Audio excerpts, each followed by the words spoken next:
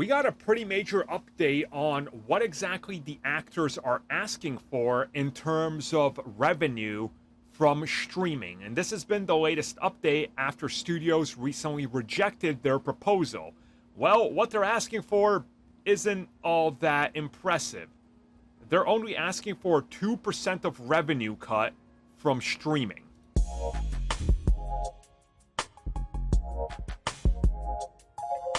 So we just recently learned this. So what's happening is that the association that represents Hollywood and the studios said, yeah, the actors are asking unreasonable things. That's where we're leaving it. We're not going to talk with them.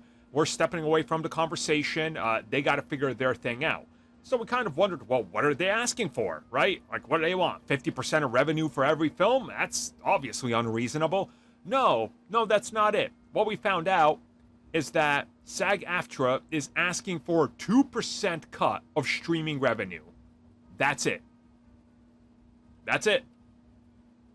And multiple studio heads and companies have said that that is simply a unrealistic demand that they cannot meet.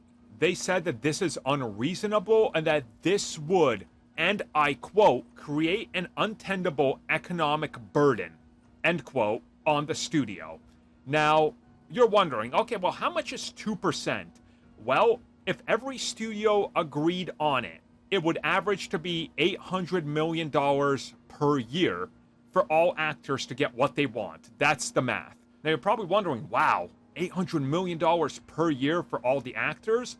That's right, $800 million. That's combining every studio. Okay, so $800 million, not even $1 billion across every studio per year. Well, okay, how much do these studios make per year in net profits and profits? Well, for example, if we look up the Walt Disney Company for fiscal year of 2022, the Walt Disney Company announced a revenue of $82.7 billion.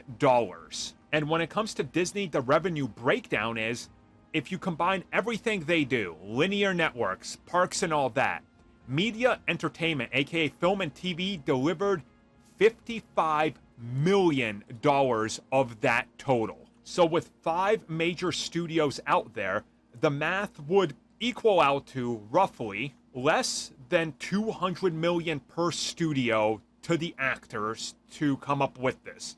So it's not just from Disney, that's from everybody, the $800 million. So we're talking about Universal, Paramount, WB, Disney, and Sony all have rejected a $800 million total.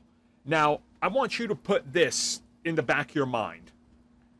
The next ex-superhero film from Disney or WB or big budget film from Universal, right?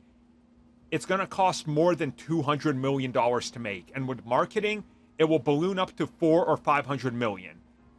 And these studios are producing around 8 to 12 of these per year. Most of them have been going completely in the negative and not making a profit. And they're still posting, like Disney, $55 million in profit on film and TV. So there's your breakdown. That's what's unreasonable. Sony was about to spend over $100 million on El Muerto, which would have surely bombed, but they can't spend that same amount of money to pay all the actors what they want, like, indefinitely. Amazing.